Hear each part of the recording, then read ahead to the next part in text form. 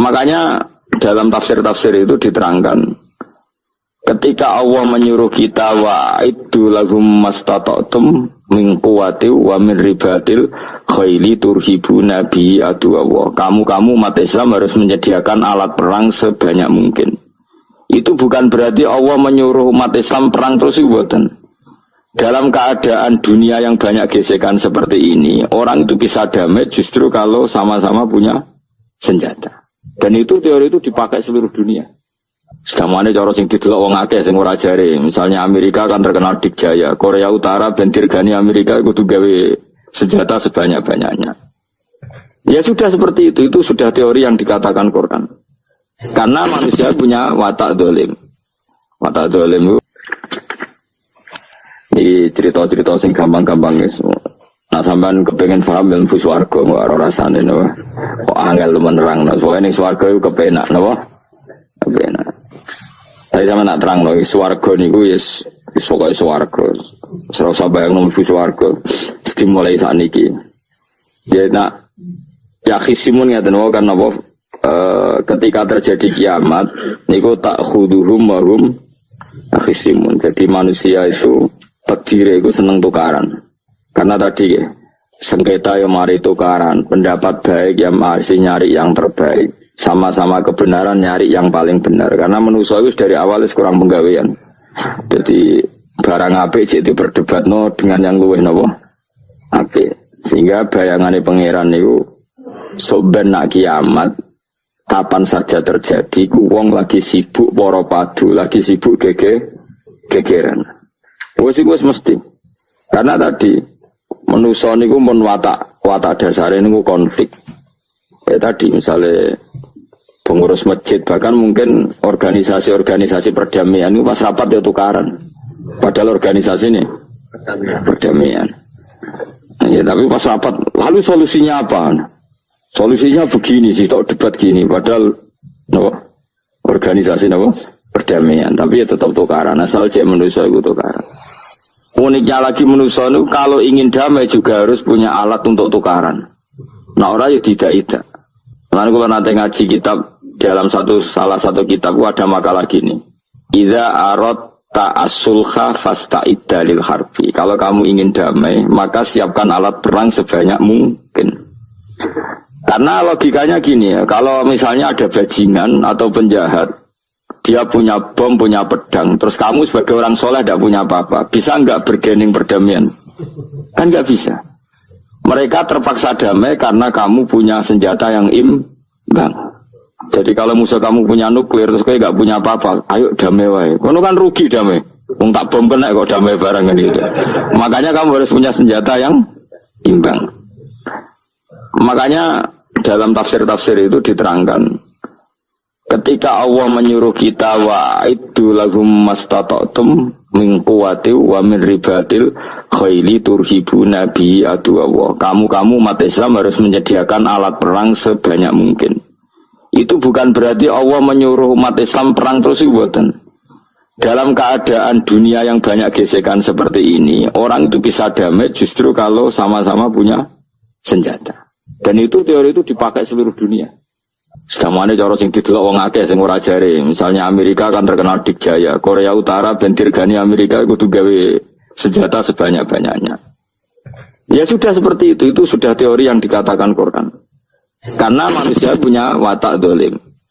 Watak dolim itu nak ora diimbangi ya mesti yang satu diinjek. Makanya dalam fikih Islam itu lucu. Fikih rodok jorok tapi gelem ra gelem kayak kudu setuju. Nek cara fikih itu kayak di bojo ayu celek.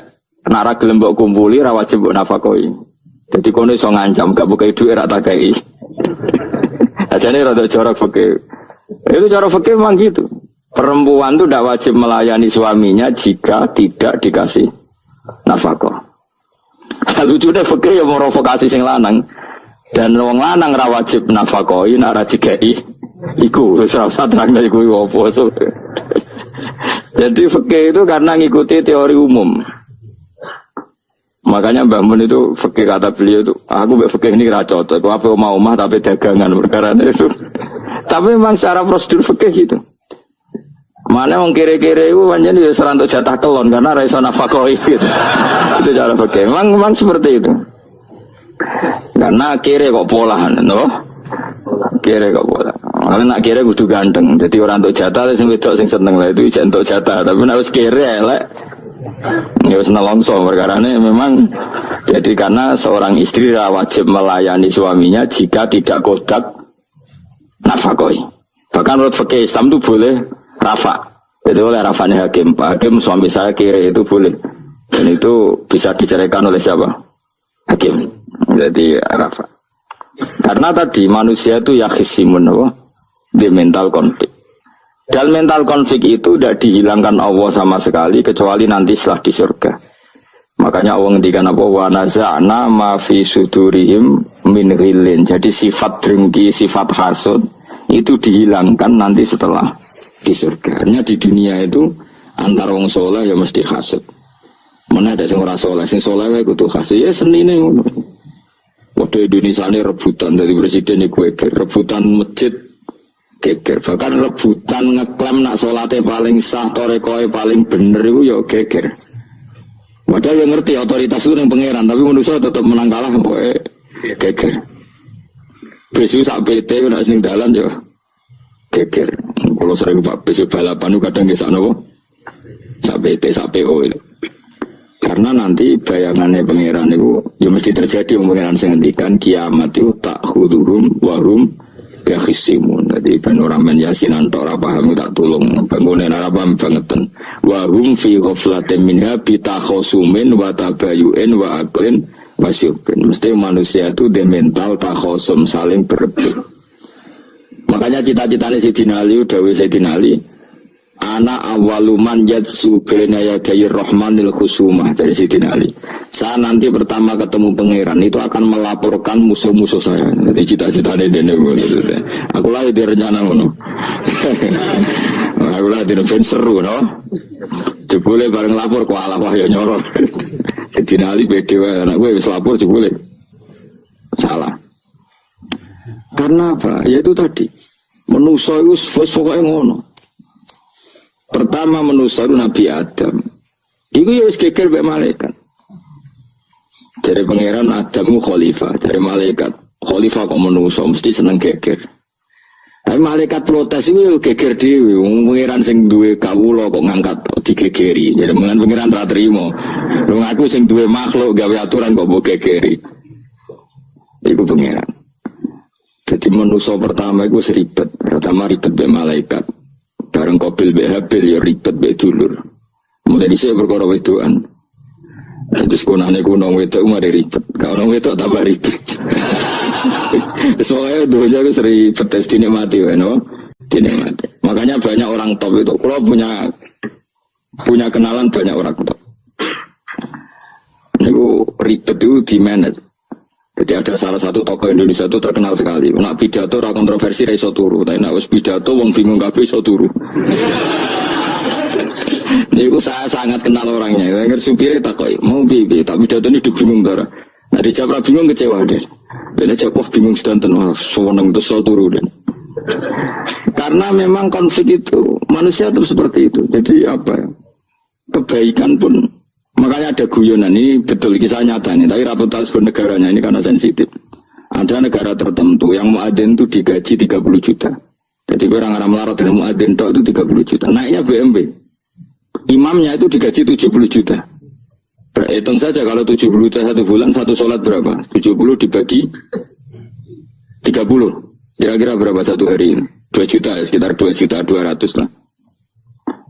Enggak kayak Indonesia, imamnya fakir-fakir, terus muadzinnya fakir-fakir. Dikira itu satu prestasi negara itu karena mengapresiasi, menghormati muadzin dan jebule sing kiai Indonesia aja penak. Madekman ke sholat terus. Mesti lah madekman ke sholat terus gak ono gajine. Akhirnya kecewa dong. Semenjak itu ora berani cerita prestasi negara itu pada Indonesia. Ya dia itu bangga negaranya itu menghormati imam sampai digaji, muadzin digaji. Terus dikirakan Indonesia dinya. Imam Indonesia kan fakir-fakir, kadang wis wajasane elek imami dhewe, komat dhewe. Terus macam-macam lah. Nah. Tapi dia ini gak ngerti nak Indonesia aku pinter tukaran, pinter debat. Oh, berarti ke sholat terus itu perkara gaji ini tuh. Makanya imam di sana sergap-sergap karena kalau nggak ngimami dipotong gaji. Semenjak itu negara itu nggak pernah cerita prestasinya negaranya mengelola imam. Ya itu dunia-dunia mari geger. Saya sering debat sama banyak kiai karena itu. Gue setuju di masjid imami digaji sama ndak. Misalnya saya partai ikhlas setuju ndak biar imam itu ikhlas. Ada yang partai realistis, mereka kan punya keluarga harus digaji dong kalau enggak kasihan. Partai realistis versus partai ikhlas. Menang mana coba?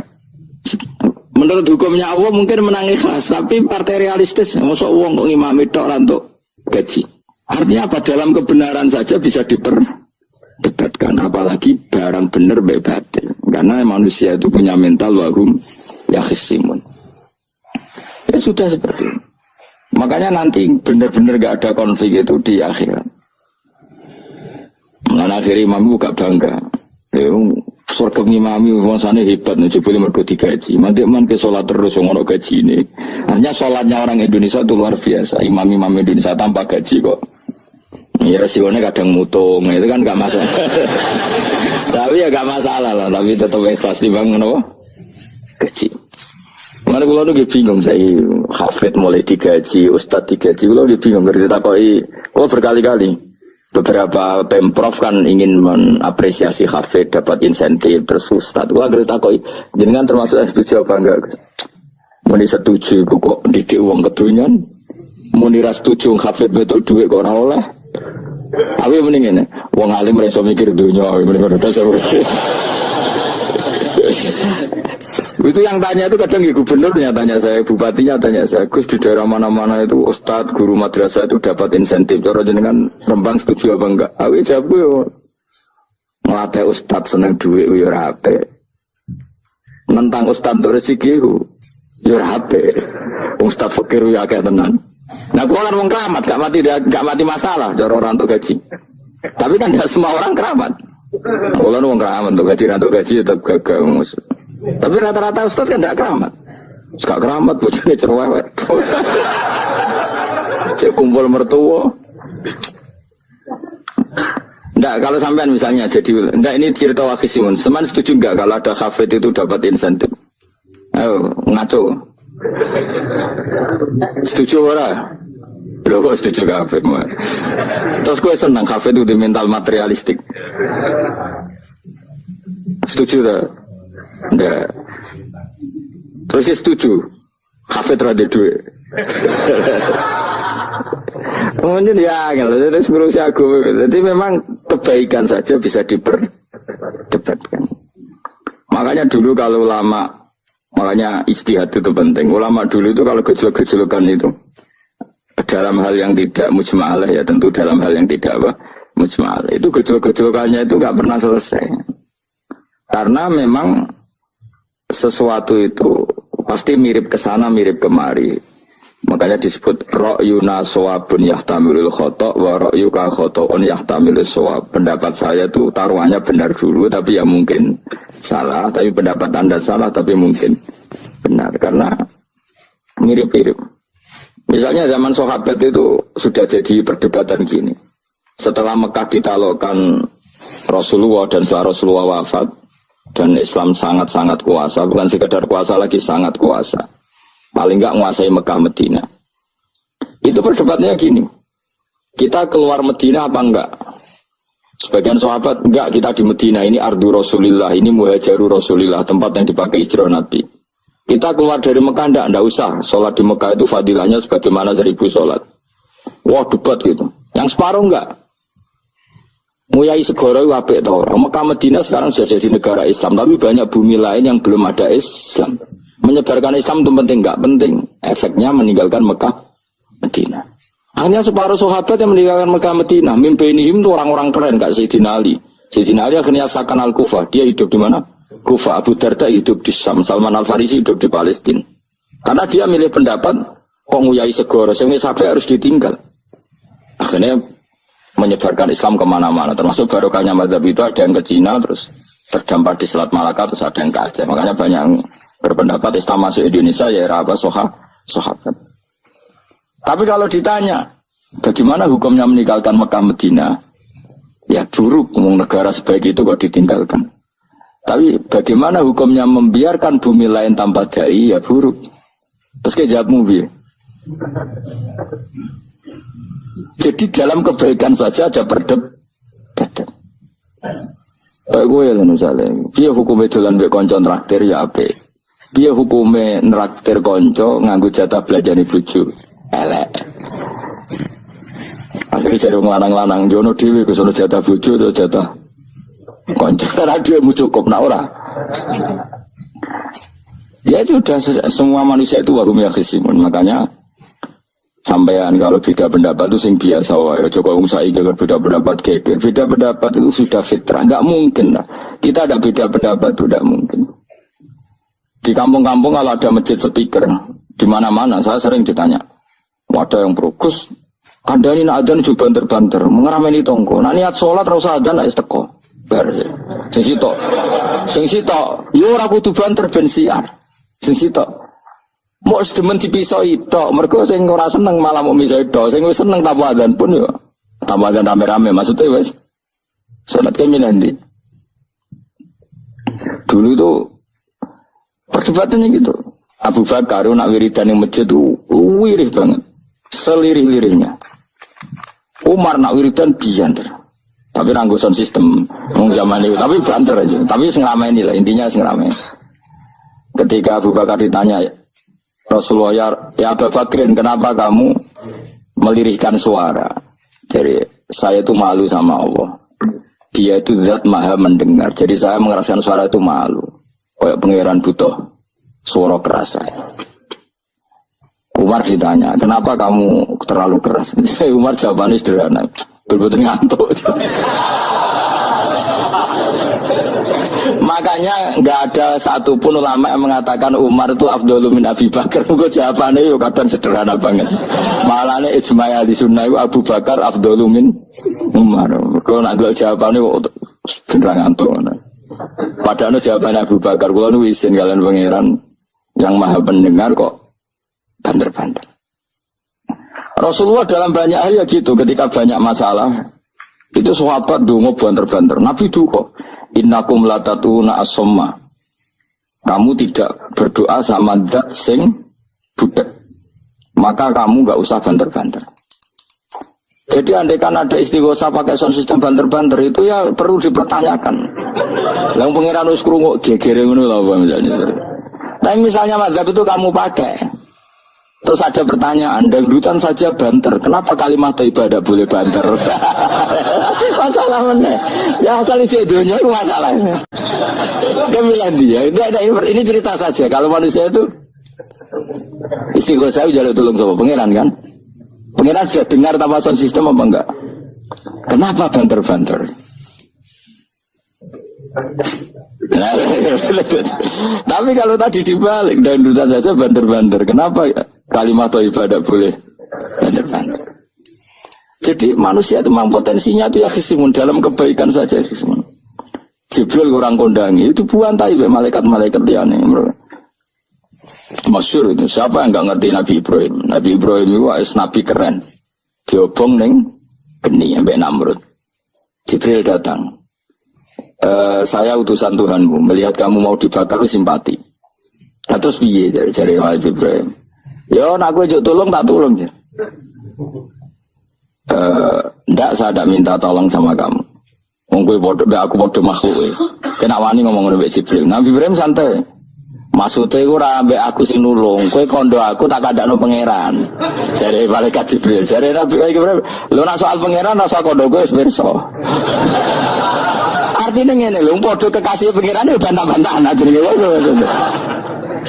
Nah ngono nang partai politik ora men geger.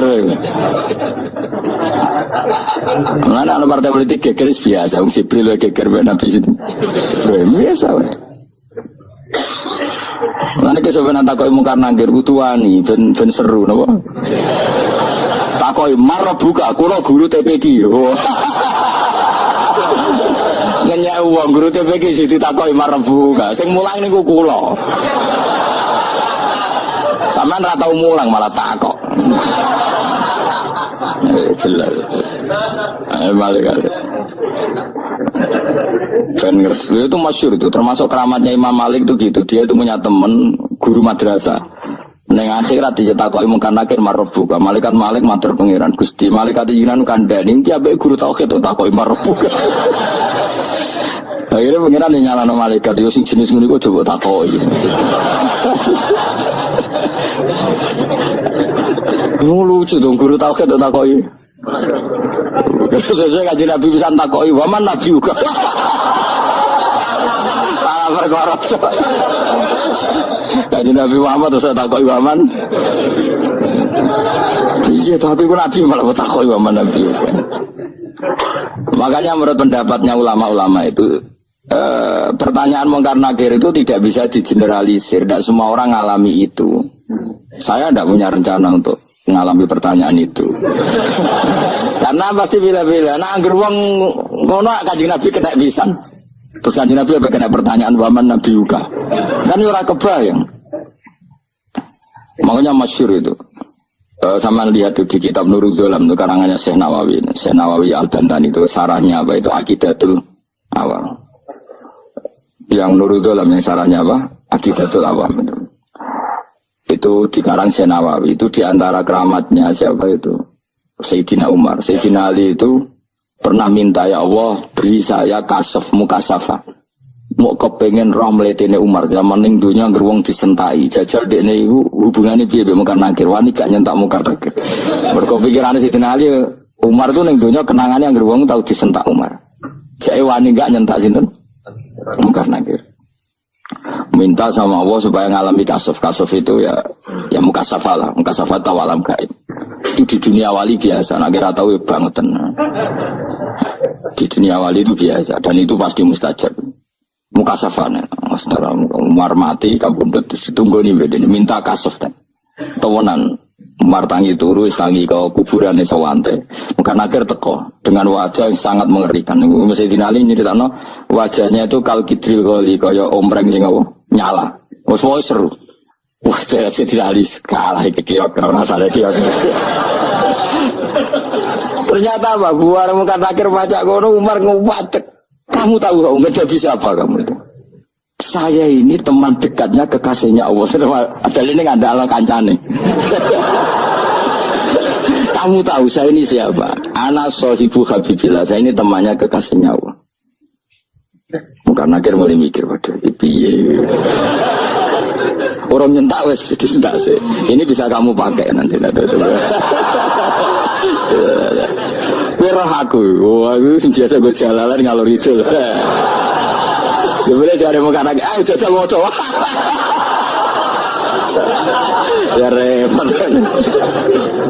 Siapa ya? Kan gue woto, raton moco. Kan mau gue woto. Akhirnya karena akhirnya nangis nih pengiran. Nangis Gusti, selama ini saya biasa nyentak, kenapa sekarang malah dibentak gitu.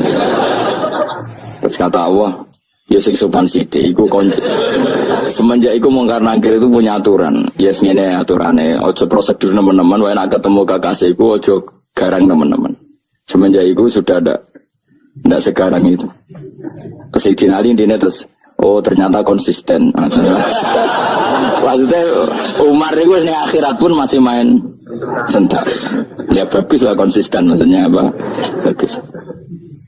Karena tadi manusia itu punya mental wahum ya khisimun. Itu enggak bisa enggak. Sudahlah. Di perdebatan kebaikan, makanya rapat keluarga apa? Masih niate silaturahim tetap dolan ning dulur niate silaturahim bareng dulure rapati perhatian. Dolani ado-ado rapati tahap gremeng kan padahal niate silaturahim. Itu ada organisasi perdamaian kira-kira di internalnya banyak konflik tak? Banyak, padahal jenis organisasi perdamaian. Coba itu bom-bom dari Amerika atau mana, itu kalau ngebom negara tertentu kan karena negara ini apartheid atau apa. Tapi untuk berdamai juga melewati apa? Bom dulu. Untuk memaksa satu negara gak perang, ya dipaksa dengan alat perang. Coba Indonesia dijajah Jepang tuh mau pulang karena dipaksa sekutu. Jadi untuk damai saja dipaksa dengan alat perang itu dunia. betapa ada idealnya dunia. Untuk damai saja harus perang dulu.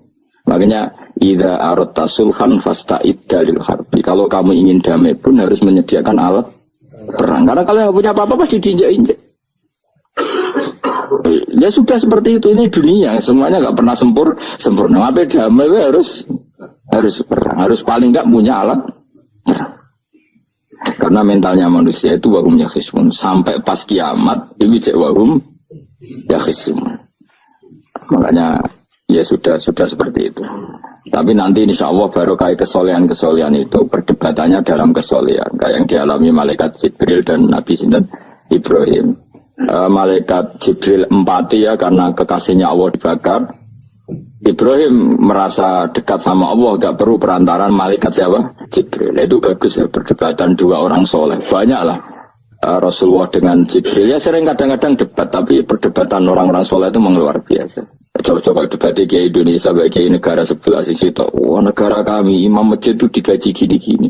Niatnya pokrol juga jadi ke Indonesia. Mandik man ke sholat terus, lah no gaji ini. Jadi akhirnya kan, ya malu tuh. Ternyata sholatnya terus itu karena apa? Gaji. Orang Indonesia tetap sholat tanpa gaji, tapi gerbangnya jalan terus. Loh iya, saya sebagai kiai itu sering bingung kalau ditanya gitu. Saya sering kenal bupati, gubernur. Kalau sering tanya, saya itu ingin mengkhidmati agama di Jawa Tengah atau Jawa Timur, ingin ngasih insentif sama guru Madin.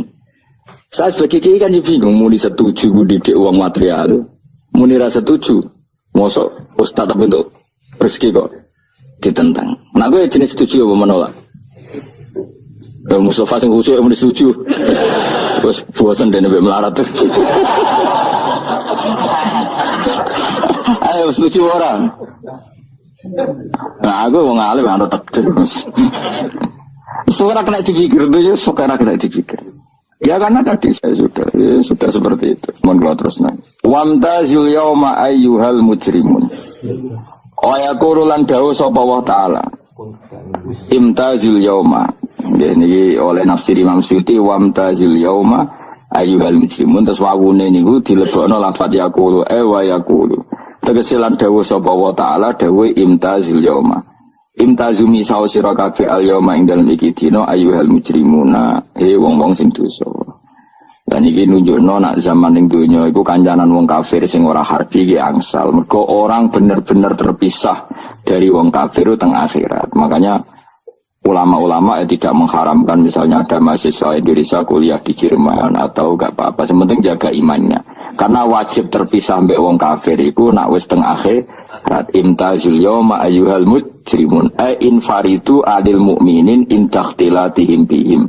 Saat di akhirat benar-benar orang mukmin harus terpisah dari orang kafir karena alamatnya berbeda. Tapi kalau di dunia kan ada hajatil muamalah, ada hajat muamalah. Ya, tadi asal tidak harbi, ada asal kafir yang tidak musyrik. Ya, karena ada hajat muamalat. Ya, ada hajat apa? Muamalat. Mau tidak mau. Misalnya kamu ya haji ya pakai pesawat. Bikinan Amerika. Orang Amerika bisa punya uang ya nak pesawatnya kepayon tigo haji. Kalau enggak ya ada yang rental ya bangkrut. Nah, tapi gue nak misalnya ranggu pesawat terus sampai melaku. Ya asal di dunia itu pasti ada saling interaksi sosial. Paham ya? Nah, nanti benar-benar terpisah wamtazil yauma ayyuhal mujrimin itu nanti, nanti. Jadi nggak bisa dihindari. Wamtazulan misau siro kabeh al-yawma ingdal mikidino ayyuhal mujrimuna ya eling-eling sing itu. Saya punya sekian cerita ya supaya sama ndak jadi ekstremis. Allah menakdir dunia itu sudah seperti ini. Sudah kamu ndak boleh protes. Kayak apa Nabi Musa itu Sofiyullah. Sing rumat Nabi Musa cilik sapa? Fir'aun. Ketika Rasulullah lahir itu panitiane ra kowe Abu Lahab. Wong roh kabeh. Pas Nabi lahir itu kowe Abu Lahab berjasa ndi? Berjasa Abu Lahab. Abu Lahab saking senenge ponakane lahir lanang ganteng itu candaleme dekne mestine itu penting bagi dia dihibahkan ke Sayyidah Ami. Nah iki jenenge Suwaibah napa? Al-Islamiyah. Cara Jawa wis ora usah ngewangi aku nduk ngewangi dulurku wae mergo duwe bayi. Kayak apa? Dia yang tasakuran, yang ribet karena kekasih pangeran di rumah Abu Lahab, Musa di rumah Fir'aun. Ini dunia selai dia. Ya sudah seperti itu. Kamu mau apa? Lah pengenan yo ora risi tenang ae. Misale ben Abu Lahab protes, kula nate ngurmat kekasih jenengan, iya dunyaku sing monggo. Selesai kan? Dunyaku dipangan kekasihku, selesai kan? Misalnya Fir'aun protes, riyen sing ngurmat Musa kula lho Gusti, nganggo dunyane sapa? Dunyane jenengan yo wis masalahe opo? Pangeran santai wae. Tapi nak gue ada bayang wong soleh kudu steril kau wong kafir lah, terus gue gak tau maca sejarah. Nabi Musa itu rumah Fir'aun. Lahirnya kanjeng Nabi ini sing manitia nih Abu Lahab. Dia ngono dunya biasa wae, soalnya urip wis biasa wae. Masih biasa wae, penting soleh, di hati soleh, rezeki ya swinawas. Wae takluk gue pangeran, ora usah sok suci, ora usah sok bener dhewe biasa wae. Dunia kabeh kersane napa? Pangeran. Ya sudah seperti ini. Yang soleh kayak Salabah malah akhirnya suul khotimah. Padahal dulu disebut hamamatul masjid, tukang itikaf. Gak tahu mulai ke masjid, tapi akhirnya suul khotimah. Wahsi sing mata ini kekasih Nabi, rupanya mata ini Hamzah ditakdir husnul khotimah. Makanya itu ya muqallibal qulub tsabbit qalbi ala dini. Kita tidak pernah tahu. Nah kenapa kalau saya ngaji PD, mereka aku muji pangeran, saya tidak pernah mikir awakku, tak penting awakku, penting muji pangeran. Ngaji itu artinya kan muji pangeran, muji ilmu nih pangeran, ya sudah selesai. Itu nak gue dungo itu mikir awakmu dewi. Mulane dungo mek ngaji ku derajate dhuwur ngaji, mergo ngaji muji pangeran, nak dungo mikir awake dewi. Makanya masyhur itu ada dua kelompok di masjid, yang satu diskusi halal haram, yang satu berdoa. Nah, terus Nabi keluar dari rumah berdiri sempat ragu, saya kemana? Akhirnya Nabi ngendikan mereka itu berdoa kalau Allah mengabulkan ya disembadani. Tapi mereka belajar halal haram. Itu perintahnya Allah, saya sebagai Nabi. Terus akhirnya Nabi gabung kelompok yang belajar halal haram. Karena belajar halal haram artinya ingin menghidupkan hukumnya Allah Ta'ala. Tapi nak wong dongo kepinginnya itu kabul kajati. Intinya mikir awake dewi. Makanya saya termasuk ulama yang sering berdoa. Tapi ya berdoa tapi kadang-kadang. Nah gue kan gak kontribusi ning agama rapati atau itu. Oh dasar murahan.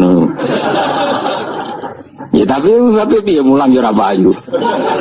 Jadi kadang-kadang kula dibantah. Lah jenengan mulangi payu Gus. Lah kula ora payu, ndonga-ndonga ngono. Ya tapi aku ngerti pangeran ra bakal nyembadani barno ra Gus.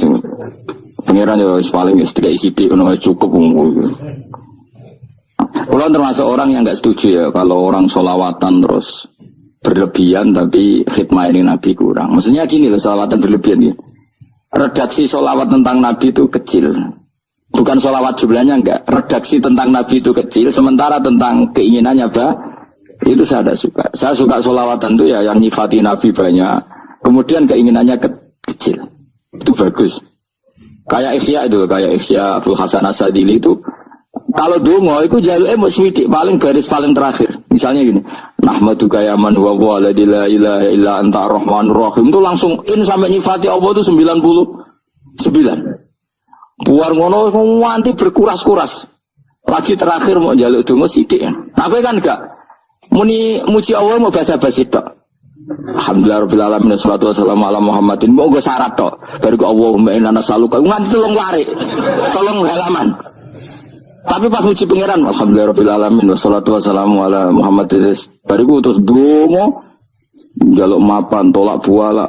Oh, tahu aja. Mana jare pangeran, muji kekasihku suwi dongane kecangkeman. Lah saya juga suka jenis itu. Harusnya sholawatnya itu yang panjang. Maksudnya nyifati Nabi yang panjang. Baru mintanya sedikit. Itu bagus ya. Di akhlak. Makanya saya diantara sholawat yang senang itu sholawatnya Habib Ali Al-Habsyi yang ngarang Simtutur. Kalau beliau baca sholawat itu sholatan yattasilu biha ruhul musolli alaihi bi bayam basitu fi qalbi sirru nuri ta'alluqi bi wa hubbi wa yuktabu biha bi inayatillahi ta'ala fi hisbi. Jadi dia baca sholawat itu, ya Allah berikan sholawat kepada kekasihmu Muhammad.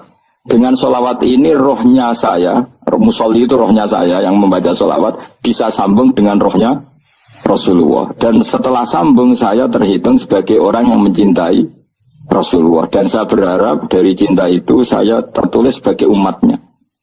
Aku kan enggak baca sholawat itu mau, saya termasuk orang yang enggak saya. Tapi ya tetap baik dibanding nganggo primbon di satu selawatan itu.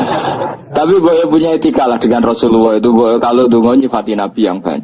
Kan banyak selawat yang seperti yang saya misalnya di kitabnya Sayyid Muhammad ada Allahumma sholli ala sayyidina Muhammad nuri kalam alladzi. Wah nyifati Nabi itu sampai panjang lebar baru menceritakan hajatnya. Kalau kamu kan enggak nyifati Nabi basa-basi, mau sidik mana. Malah kadang orang misalnya ala Muhammad. Kok ala Muhammad muni Sayyidina aja disoal. Misalnya terus dari kudungannya apa? Panjang. Saya termasuk yang enggak setuju. Karena itu menurut saya kurang etika. Makanya Rasulullah itu kalau berdoa, kalau sudah nyifati Allah, coba tak beri satu contoh saja doanya Nabi. Alhamdulillah hamdan yuwafi ni'amahu wa yukafi'u mazidah ya Rabbana lakal hamdu kama yanbaghi li jalali wajhika 'azimi sultanik la nuhsi sana'an 'alaika anta kama asnaita 'ala nafsik. Itu sudah berapa itu nyifatin itu belum doanya itu. Nah kamu kan enggak Allahumma alhamdulillah rabbil alamin Allahumma ya Allah di hajati gremeng seramutu kan jangan kabakat wali nah cara kula iku sisih dene kula wis sering ngamini dongane wong ngono tapi ning atiku amin maksudnya amin barno mawon Gusti tapi aku amin tapi amin barno mawon Gusti wong ora jelas ngono betul. Jadi aku muni amin tapi amin barno maksudnya ya Allah barno amin ngono maksudnya. Jadi karena tadi setahu saya doanya para nabi, para wali itu memang seperti itu. Ya coba itulah doa tadi aja yang saya sebut itu berapa kalimatnya? Apa? Alhamdulillah hamdan yuwafi ni'amahu wa yukafi'u mazidah ya Rabbana lakal hamdu kama yanbaghi li jalali wajhika 'azimi sultanik la nuhsi sana'an 'alaika anta kama asnaita 'ala. Enggak terhitung pujian saya kepada engkau sebanyak engkau memuji pada diri engkau sendiri. Allahumma inni a'udzu biridhoka min sakhatika fi mu'afatika min uqubatika wa bika minka. Allahumma sholli bihaqqi jabarutika wa bi khawfika. Kan panjang sekali doanya wali-wali itu, tapi semuanya bersifat Allah. Bahkan banyak yang kemudian lupa enggak doa. Coba haji, doa haji itu coba. Labbaik Allahumma labbaik la syarika lak innal hamda wa ni'mata laka wal mulka la syarika lak. Wa ni'matu itu kan labbaik saya siap melaksanakan perintahmu ya Allah sa'dik. Engkau yang punya pujian, engkau la syarika lak lakal. Itu malah enggak ada, jarang malah ada doanya. Itu kalimatnya talbiyah semua. Allahumma antal azil akram itu sudah seperti itu.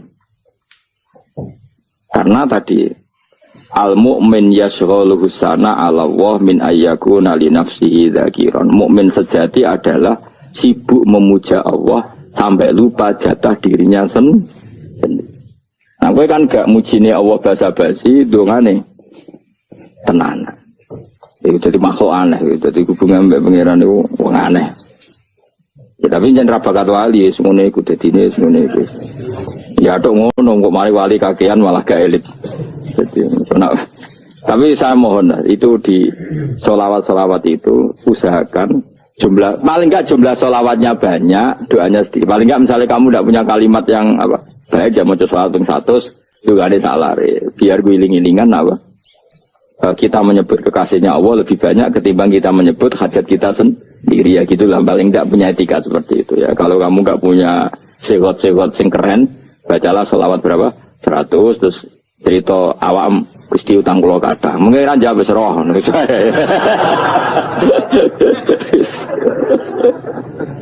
Tapi kan kita menyebut kekasihnya sampai 100, nyebut utang bisa. No coba nyebut kekasih bisa, nyebut utangnya 100. Berarti yang mana ditakoki pangeran, kowe nyebut kekasih wong pira pisan, nyebut utang 100 dasar rayu utang ngono-ngono. Ya ada, saya termasuk orang yang nggak setuju tadi. Jadi kalau redaksi sholawat cari yang mujinya Nabi lebih lebih banyak. Karena itu nanti lebih diridhoi Allah Taala. Coba Allah sendiri kalau nyebut nabinya itu hitung saja. Laqad ja'akum rasulun min anfusikum. Jadi rasulun min anfusikum, seorang rasul yang sejenis dengan kamu. Terus azizun, orangnya sangat terhormat. Alaihi ma'anitum, rasul ini siap menanggung apa yang kalian tidak mampu. Kira bakal mlebu swarga baru kaya syafaatnya Nabi akhirnya mlebu swarga. Kira kelar korban Nabi tahu mengorbankan kita semua. Dokha Rasulullah bikabsyaini terus hada an ahli wa hada amman lam yutokhi min mati. Ini alihima Anitum, Nabi menanggung apa yang kalian berat. Azizun, Nabi itu terus harisun alikum, Nabi sangat berkomitmen menyelamatkan kalian. Haris itu keinginan yang berlebihan, itu jenis apa? Haris, kayak kono namanya ini ngungseng, keinginan yang over. Nabi itu sangat berkeinginan kita ini maslahat. Terus bil mu'minina ra'ufur, Allah yang super saja, kalau nyebut nabinya nyifati sebanyak itu. Ada ayat lagi misalnya, Rabbana wab'ats fihim rasulam minhum yatlu alaihim ayatika. Muhammad itu siapa? Seorang rasul yang membacakan ayat-ayat Allah. Wa yu'allimuhum, seorang rasul yang mengajari mereka Alkitab wal hikmah. Wa yuzakkihim, seorang rasul yang membersihkan akhlak-akhlak kita. Jadi artinya Allah punya tradisi kalau nyifati rasul itu banyak. Juga nyifati orang-orang sekeliling rasul. Makanya menurut saya madhab Syiah itu enggak pas. Karena Allah kalau nyifati Rasulullah itu jika nyifati orang-orang di sekeliling Rasulullah, dan itu dengan pujian, yaitu Muhammadur Rasulullah walladzina ma'ahu asyidda walal kufar ruhama'u bainahum tarahum ruk'an sujada yabtaguna fadlan minallahi warid wa nasimahum fi wujuhim min atharis sujud. Itu kan panjang sekali, dan orang-orang sekeliling Muhammad adalah begini. Kayak apa Allah muji para ashabu Rasulillah? Masa kita ikut kelompok yang menghina ashabnya apa? Rasulillah. Makanya kita tetap madzhab ahli sunnah apa? Wal jamaah, yaitu mencintai semua sahabat. Karena Allah saja yang Tuhan mensifatinya dengan sehormat itu. Mensifati apa? Ashabu Rasulillah. Disifati orang-orang yang saling kasih sayang sama orang mukmin. Tarahum ruka'an, sujadan, komitmen hidupnya untuk rukuk dan sujud. Si mahum fi wujuhim min asari sujud. Udah asari sujud harus diterjemah, nanti sensitif. Cuma setahu saya asar sujud itu nanti setelah di akhirat orang sering sujud itu jabahnya itu ada nurnya. Tapi kalau ada yang nafsirkan asari sujud itu warna tertentu ya semboh ya. Itu sensitif. Yang jelas asari sujud itu ya sudah seperti itu. Seneng kamu kok hasut. Kowe nyen provokator, nak ono apa ya? Ada hal yang begitu terus mau berlebihan. Teke ya khisimun. Nah, kalau ada kepentingan pokoknya ayat si mahum fi wujuhim min athari sujud, bahwa dalam jabahnya itu ada asaris sujud. Itu masyhur kan, saya terangkan ya, tapi gue jauh sensitif loh, biasa wae. Suatu saat Rasulullah itu ngendikan begini, nanti saya kata Nabi akan nyafaati kalian semua. Sahabat-sahabat tanya, ya Rasulullah dengan sekian miliar orang bagaimana kamu mengenali kita? Saya ulang lagi, suatu saat saya nanti akan nyafaati kalian, karena saya kenal kalian. Maksudnya di akhirat. Ya apa? Di akhirat. Rasulullah tanya, ya Rasulullah bagaimana engkau mengenali kita, sementara nanti di akhirat bermiliar-miliar orang gitu. Terus Nabi ngendikan gini, jika kamu punya unta dengan tanda tertentu, saya ulang lagi, jika kamu punya unta punya tanda tertentu, dalam jidatnya ada begini, dalam tangannya ada gini, dalam kakinya ada gini, maka apa kamu bisa membedakan untamu dengan unta orang lain? Ya bisa ya Rasulullah, karena unta kita khas. Misalnya kaki depannya ada putihnya, kaki belakangnya ada putihnya, dalam badoknya ada putihnya. Kata Nabi, inna ummati yut'auna yaumal qiyamati hurran muhajjalin min asaril wudu. Nanti umatku, nanti wajahnya juga bersinar, tangan kakinya juga bersinar. Jadi asar itu saya pastikan secara riwayat itu akhirat, maksudnya tentang akhirat. Tapi bahwa yang di dunia ada yang memulai asar itu nggih monggo mawon. Loh itu bagus kan, artinya ekspresi percepatan. Enggak apa-apa loh, daripada kok kowe ora jelas ini. Maksudnya ya orang ngetok ya panjang jarang sujud tenan.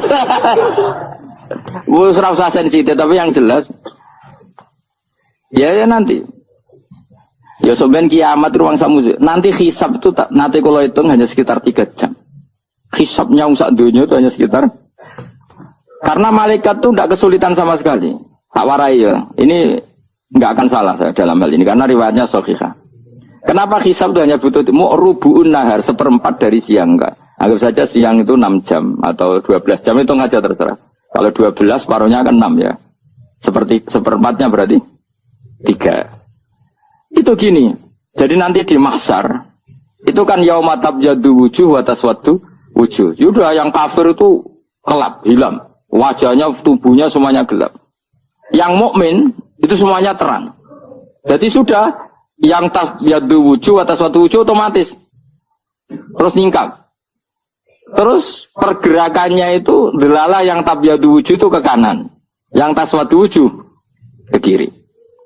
Maka kamu jangan punya sinar yang kelap-kelip, nanti kena bego yang karena gak jelas tadi. Maka kamu harus sinarnya yang sejelas-jelasnya. Ghurran muhajjalin min asarin. Untuk bila perlu nur kamu sampai menembus langit saat itu. Makanya ketika orang mukmin sudah nurnya ada di muka, ada di tangan, masih ngendikan Rabbana atmim lana nurona, karena takut masih kena bigo tadi. Karena kalau hanya wudhu tok, sikil tok kan, bayangkan di miliaran orang kan bisa agak kelihatan. Tapi kalau nurnya sampai nembus langit kan, itu siapa kok nurnya sampai, kan malaikat langsung tahu. Wah, hafal Quran, alim kan insya Allah nurnya itu. Sama zaman itu masih berdoa, Rabbana atmim lana, sempurnakan nur kami. Karena nanti identifikasi malaikat berdasar tadi. Kalau ada nur berarti diletakkan ashabul yamin. Kalau nggak ada nur, ashabul shimal. Nah malaikat yang dibawa bigo itu kira-kira detail nggak? Dugaan saya kalau kelap-kelip pasti kena shimal. Wah ini partai kiri. Kan, omna sing wudune mau dulet sirah tok sidik. Karena anak mazhab Syafi'i. Sebetulnya meskipun itu sebaiknya kalau basuh sirah itu kabeh ben ora kelap kelip mana aneh bebas terus dulat-dulat tok. Itu sebenarnya ya itu kelap kelip. Ya sudah ya. Setelah itu kata ngendikane pangeran yu'raful mujrimuna bisimahum fayukhadu bin nawasi wal aqdam. Orang-orang pendosa kelihatan maka diletakkan di kiri. Nah sama yang orang-orang baik simahum fi wujuhim menasari. Jadi ayat itu jelas tentang akhirat. Tapi kira usah terus merovokasi. Karena kamu kok ya khisimun. Maksudnya provokator. Gitu. Jadi nanti yang mukmin jelas nurnya. Dan nur ini nanti dengan kadar iman kamu, perilaku kamu. Ada yang kelap-kelip, ada yang... Nah yang kelap-kelip ini yang kena bigo itu tadi. Nanti setelah kena bigo ikut ashabi simal. Yang kelap-kelip disortir lagi. Malaikat yang bagian detail kan ada nanti. Nah ini terus ditubir neraka. Yang kafir benar-benar neraka, yang ini ditubir neraka. Itu nanti ini yang ngel-ngelok Kanjeng Nabi digoleki ya ini itu. Mana sakit Kanjeng Nabi, mana ono kiai saleh darani nek iso saleh dhewe sakit Nabi mergo terus goleki endi umatku sing kelep-kelip gitu. Dicari disafaati. Ya, imma langsung dituruti Allah wa imma diubasikne neraka. Ya terserah rencanamu piye kon aku kowe. Tapi yang jelas apa? Kiamat itu cepat sekali karena tadi ada identifikasi tadi. Makanya hanya cukup 3 jam karena tadi yang jelek kelihatan jelek, yang baik kelihatan baik. Makanya cepat. Ya raful mujrimuna bisimahum, orang pendosa dikenali lewat alamatnya yaitu taswadu apa? Wujuh. Kalau orang baik dikenali lewat tabyadu wujuh. Nah terus setelah nyingkir, ini ngono tak warai kiamat. Setelah nyingkir itu faduri babenahum bisuril lahu bab. Setelah tersingkir tadi terus lalu ada pintu penghalang, pintu pemisah. Nah pintu pemisah tadi yang sisi kanan langsung jadi surga, yang sisi kiri jadi neraka. Itu disebut faduri babenahum bisuril lahu bab batinu fi rahmatu wa dhahiruhu min kibalihil adab. Yang pintu arah kanan otomatis wilayah surga, yang pintu kiri otomatis wilayah neraka. Nah problemnya ketika penutupan pintu itu dah yang kelap-kelip itu katut kemana ini yang makanya kamu jangan malok partai yang apa kelap-kelip yang nggak jelas itu koalisi kemana ini. Kalau partai besar kan iso nyalon presiden, partai kecil ini kan ikut mana ini kan tinggal sore 1%, 2% ini kan repot. Loh, coba misalnya nur kamu 2%, berarti gelap kamu kan 98%. Kira-kira malaikat mengkategorikan kemana coba? Ayo jawab. Gelap. Loh, kode semangat. Padahal itu bagian dari kamu. Kalau satu tubuh itu sinarnya hanya 2%, kira-kira kategorinya itu partai gelap, partai terang. Kode semangat kok itu. Berarti kegaruk kemana? Kiri. Tapi bisa saja malaikat cara berpikir gini. Tapi kok ada cahayanya ya? Padahal kata Allah, yang bercahaya ashabul yamin. Kan nggak ada bilang cahaya terang. Bisa saja malaikat alhamdulillah berpikir begitu. Ya nanti kita rayu saja supaya berpikir ini kan yang penting ada cahaya. Kan Allah tidak bilang terang apa kelap-kelip. Ya mungkin saja asal ada cahaya dikategorikan lahu nur, punya apa? Nur. Tapi yang jelas saat itu pun yang sudah punya cahaya masih berdoa Rabbana atsmim lana nurona. Ya Allah, saya mohon sekali nur-nur kami sempurna. Jadi ini saya bantu teman-teman yang hafid-hafid supaya tahu maknanya ya. Dan yang nggak hafid ya dengar ya. Kalau nur itu penting. Makanya Nabi itu kayak apa, Nabi itu orang super. Itu kalau ngendikan wa maj'al min fawqi nuran wa min tahti nuran wa an yamini nuran wa an simali nuran, sampai terakhir Nabi masih mendoa untuk dirinya waj'al li nuran, dan semua tubuh saya jadi nur. Saya Nabi sudah gitu. Ya Allah, jadikan sisi depanku nur, belakang kami nur, kanan nur, kiri nur. Terakhir itu apa? Waj'alni nuran, dan doa semoga semua tubuh saya jadi itu termasuk doa yang sering saya baca. Karena saya takut kelap-kelip tadi, ini bahaya ini kalau malaikat. Saya tidak tahu cara berpikir malaikat tadi. Apa ngitung 98% maka dikategorikan apa? Gelap. Apa dihitung nurnya saja? Wong instruksinya Allah kan yang ada nur ashabul yamin. Meskipun kelap-kelip kan punya nur. Saya tidak tahu nanti ikut 2% ikut mana kalau di partai koalisi? Ikut yang menang biasanya, ikut yang apa? Ya paham ya, makanya saya mohon kalau wudhu itu usahakan sempurna, terutama wudhu sholat. Kalau nggak wudhu sholat itu sebaiknya nggak sempurna, supaya ada bedanya wudhu sholat sama wudhu tidak sholat. Rasulullah itu masyhur gitu ya. Rasulullah itu kadang tawaddu'a wudhu'an khafifan, wudhu yang sederhana, yaitu hanya sekali-sekali dan tidak sempurna. Ketika ditanya as-sholat ya Rasulullah, tidak.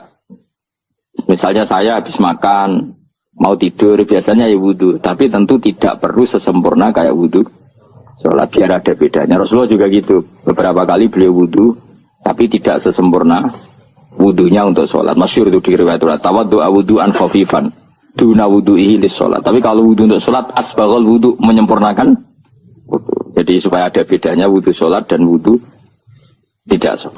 Saiki gak wong ora iso ngaji padha kabeh. Abu Bakar ya gitu. Ana wong poso sunat kok nyediakno buka, dimarahi. Istrinya pernah nyediakan buka beliau untuk puasa sunat.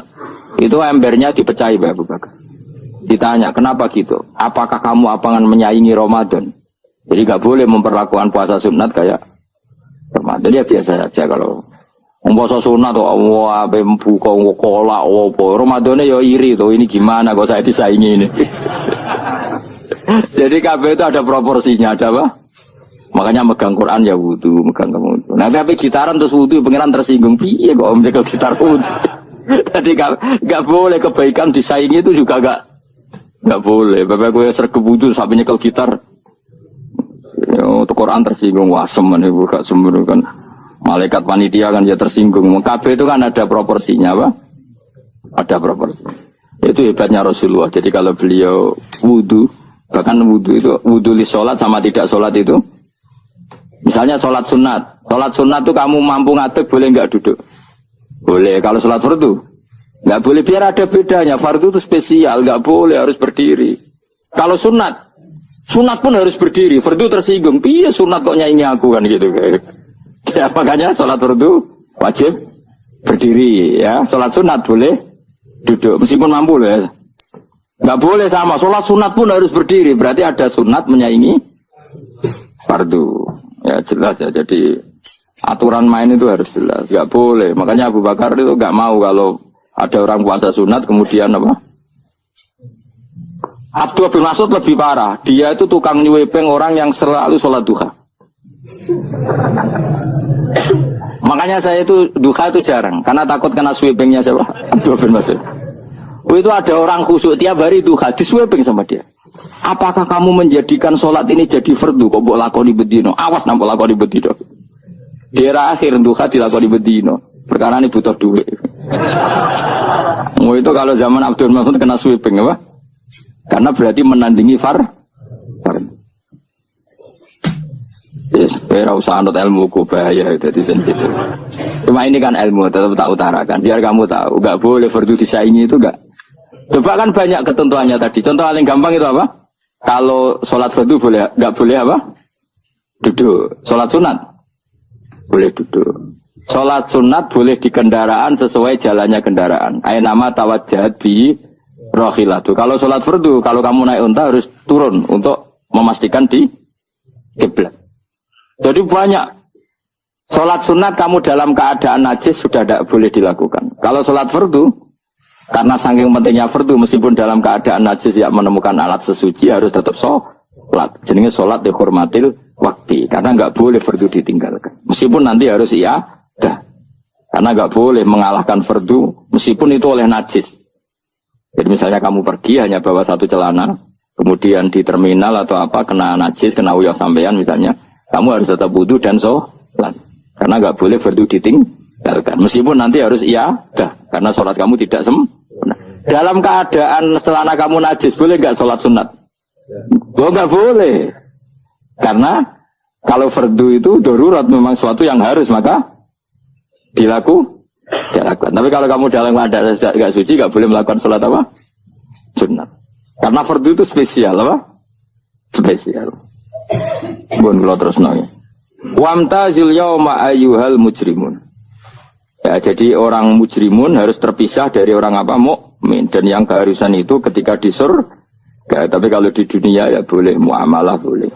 Ya muamalah yang halal maksudnya. Infaridu tegese misal sira kabeh ana mukminin asing pira-pira mukmin intakhtilatihim. Nalikane campure kufar utawa al mujrimin bi iklan al mukminin. Rujuk ibu wale mboten napa. Maksudnya rujuk itu awale ge sami intakhtilatihim mukminin bi iklan kufar utawa kufar ning mukminin. Alam ahad ilaikum ya bani Adam. Alam ahad ana ta ora merentano ingsun ilaikum maring sira kabeh. Amurkum tegese ana ta ora merentano ingsun kum ing sira kabeh ya bani Adam ya bani Adam. Ala lisani rusuli ing atase lisane para utusan-utusan ingsun. Bukankah saya telah merintahkan kamu wahai Bani Adam Allah tak butuh setan. Yen ora menghamba sira kabeh setan ing setan. Ngendikane pangeran kowe ijek kanut setan nemen. Bukankah sudah saya perintahkan kamu tidak boleh diperbudak napa setan. Maknane la tuti tegese aja taat sira kabeh ing setan. Inna sak temene setan laku maring sira kabeh aduun musuh mubinun kang jelas. Bayinul adawati banget musuhane. Lah yo setan musuhmu kok malah mbok nut bocah kok sarap ngono. Karwan musuh kok di nut. Anut yo pangeran mergo Allah wali fid dunya wal akhirah. Wa ani buduni lan yen to nyembah sira kabeh ni ingsun. Wa anstune kelakuan budu nyembah sira kabeh ni ingsun wahidu tegese nglakoni tauhid sira kabeh.